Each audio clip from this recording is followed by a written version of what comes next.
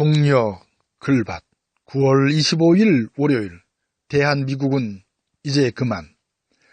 자신의 생각을 알리는 데는 대체로 말과 글이 쓰입니다. 물론 표정과 손짓 발짓도 한몫을 합니다. 이처럼 말과 글은 사람들만이 가지고 있는 특별한 수단이지요. 그런데 이 말과 글은 그 자체가 늘 한계를 지니고 있습니다. 뜻을 바르게 드러내는 가장 좋은 수단으로 쓰이곤 하지만 그 한계도 분명하니까요. 그래서 일찍이 노자는 도가도 비상도라고 말씀을 하셨습니다. 도를 이게 도라고 말하면 그것은 본래의 도가 아니다. 이름을 이름 지어 부르면 그것은 본래의 이름이 아니다라고들 하지요. 지난 4월 10일 새로 읽는 도덕경 그 하나라는 글밭에서 이렇게 제 생각을 덧붙였습니다. 도를 도라고 불러도 좋지만 꼭 도라고 불러야만 되는 것은 아니다. 이름을 그 이름으로 불러도 좋지만 꼭 그 이름으로 불러야만 되는 것이 아니다라고요.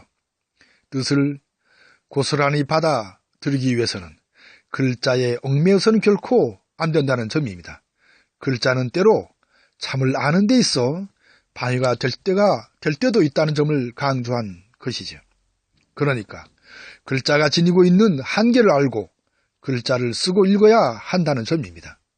며칠 전 제72차 유엔 총회에서 기조 연설을 하면서 말싸움이 벌어졌죠.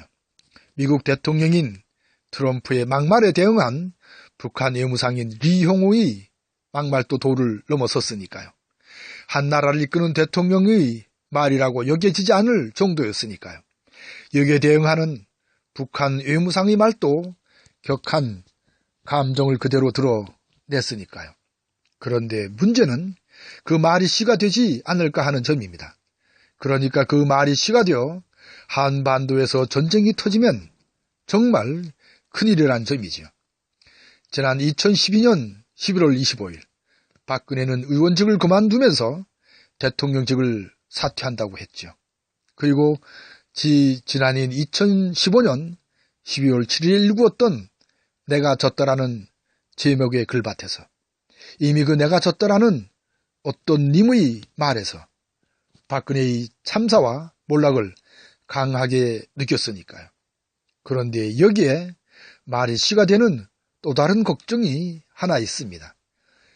지난 6월 29일 미국을 방문한 문재인 대통령은 백악관 방명록에 다음과 같은 말을 남겼죠.